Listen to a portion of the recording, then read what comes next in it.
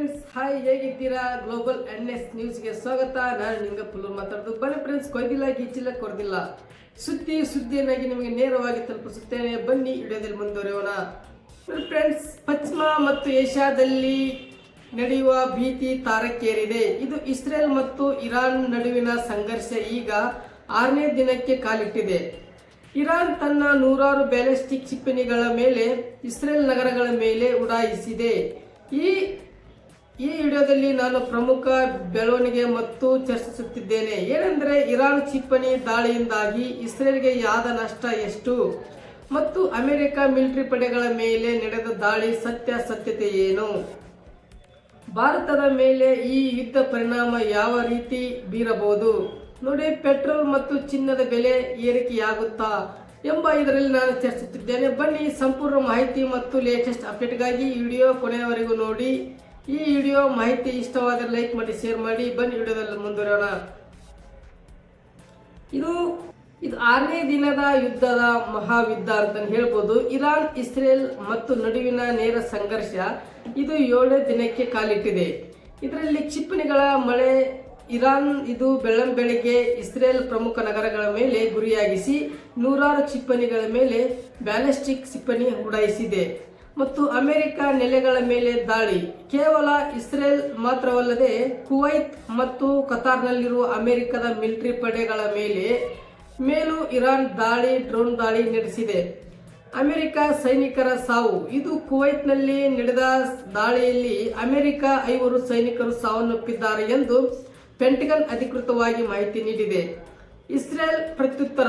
Iran ಕ್ಷಿಪಣಿ ಉತ್ಪಾದನಾ ಕೇಂದ್ರಗಳ ಮತ್ತು ವಾಯುನೆಲೆಗಳ ಮೇಲೆ ಇಸ್ರೇಲ್ ವಾಯುಪಡೆ ಬೃಹತ್ ಅಲೆಯಂತಹ ಬಾಂಬ್ ದಾಳಿ ನಡೆಸಿದೆ. ಲೆಬನಾನ್ ಮೇಲೆ ದಾಳಿ. ಇರಾನ್ ಬೆಂಬಲಿತ ಹಿಜ್ಬುಲ್ಲಾ ಗುರಿಯಾಗಿಸಿ ಲೆಬನಾನ್ ಮೇಲೆ ನಡೆಸಿದ ದಾಳಿ 70ಕ್ಕೂ ಹೆಚ್ಚು ಮಂದಿ ಸಾವನ್ನಪ್ಪಿದ್ದಾರೆ. ಖಮೇನಿ ಪುತ್ರನ ಗುರಿ. ಇರಾನ್ ನೂತನ ಸುಪ್ರೀಂ ಲೀಡರ್ ಆಗಿ ಆಯ್ಕೆಯಾಗಿರುವ ಮುಜ್ತಬಾ ಖಮೇನಿ ಅವರಿಂದ ಕಟ್ಟಡದ ಮೇಲೆ ಇಸ್ರೇಲ್ ದಾಳಿ ಮಾಡಿದೆ ಎಂದು ವರದಿಗಳು ಬಂದಿವೆ.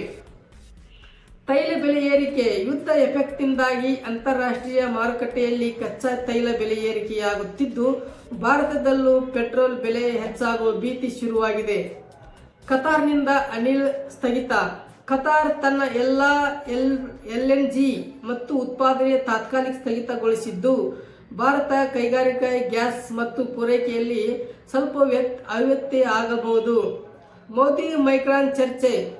ಇದು ಪ್ರಧಾನಿ ನರೇಂದ್ರ ಮೋದಿ ಅವರು ಫ್ರಾನ್ಸ್ ಅಧ್ಯಕ್ಷ ಇಮ್ಯಾನ್ಯುಯಲ್ ಮತ್ತು ಮೈಕ್ರಾನ್ ಜೊತೆ ಮಾತನಾಡಿ ಶಾಂತಿ ಸ್ಥಾಪನೆ ಬಗ್ಗೆ ಚರ್ಚಿಸಿದ್ದಾರೆಂಬ ಸುದ್ದಿ ಹೊರಡಿದೆ. ಭಾರತೀಯರ ಸುರಕ್ಷತೆ. ಇದು ಇರಾನ್ ಮತ್ತು ಇಸ್ರೇಲ್ನಲ್ಲಿ ನಡೆದಿರುವ ಸಾವಿರಾರು ಭಾರತೀಯರನ್ನು ಸುರಕ್ಷಿತವಾಗಿ ಕೇಂದ್ರ ಸರ್ಕಾರ ಅವರ ಮೇಲೆ ಹದ್ದಿನ ಕಣ್ಣಿಟ್ಟಿದೆ. ಕನ್ನಡಿಗರ ವಾಪಸಾತಿ. ಯುದ್ಧ ಪೀಡಿತ ಪ್ರದೇಶದಿಂದ ಇಂದು 48 ಕನ್ನಡಿಗರು ಕೆಂಪೇಗೌಡ ವಿಮಾನ ನಿಲ್ದಾಣಕ್ಕೆ ಸುರಕ್ಷಿತವಾಗಿ ಬಂದಿದ್ದಾರೆ. ಹೋರ್ಮುಜ್ ಜಲಸಂಧಿ ಬಂದ್. ಇದು ಇರಾನ್ ಹೋರ್ಮುಜ್ ಜಲಸಂಧಿಯನ್ನು ನಿಯಂತ್ರಿಸುತ್ತಿದ್ದು, ಇದು ತೈಲ ಹಡಗುಗಳ ಸಂಚಾರ ಸಂಪೂರ್ಣ ಸ್ಥಗಿತಗೊಂಡಿದೆ ಎಂಬ ದೊಡ್ಡ ಮಹಾಸುದ್ದಿ. ಇಸ್ರೇಲ್ ಆರ್ಥಿಕ ಹೊಡೆತ. ಯುದ್ಧದಿಂದಾಗಿ ಇಸ್ರೇಲ್ಗೆ ವಾರಕ್ಕೆ ಸುಮಾರು $3 ಬಿಲಿಯನ್ ನಷ್ಟವಾಗುತ್ತದೆ ಎಂಬ ಸುದ್ದಿ ಅಂದಾಜಿಸಲಾಗಿದೆ. ಇನ್ನೊಂದು, ಅಮೆರಿಕ ಎಚ್ಚರಿಕೆ. ಇರಾನ್ ತನ್ನ ದಾಳಿ ನಿಲ್ಲಿಸದಿದ್ದರೆ ಟೆಹರಾನ್ ಮೇಲೆ ಅಂತಿಮ ದಾಳಿ ನಡೆಸುವುದಾಗಿ ಡೊನಾಲ್ಡ್ ಟ್ರಂಪ್ ಎಚ್ಚರಿಕೆಗೊಂಡಿದ್ದಾರೆ. ರಷ್ಯಾ ಚೀನಾ ನಿಲುವು. ಇದು ಇರಾನ್ ಪರವಾಗಿ ರಷ್ಯಾ ಮತ್ತು ಚೀನಾ ಪರೋಕ್ಷ ಬೆಂಬಲ ನೀಡುತ್ತಿರುವುದು ಯುದ್ಧ ಜಾಗತಿಕವಾಗಿ ಹರಡುವ ಲಕ್ಷಣ ತೋರುತ್ತಿದೆ ಎಂದು ಹೇಳಿದ್ದಾರೆ.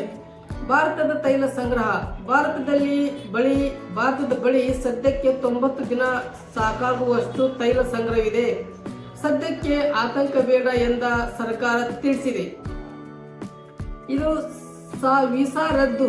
ಲೆಬನಾನ್ ಸರ್ಕಾರ ಇರಾನ್ ಪ್ರಜೆಗಳಿಗೆ ನೀಡುತ್ತಿದ್ದ ವೀಸಾ ರಹಿತ ಪ್ರವೇಶವನ್ನು ತಕ್ಷಣ ಜಾರಿಗೆ ಬರುವಂತೆ ರದ್ದುಗೊಳಿಸಿದೆ. ಷೇರು ಮಾರುಕಟ್ಟೆ ಕುಸಿತ.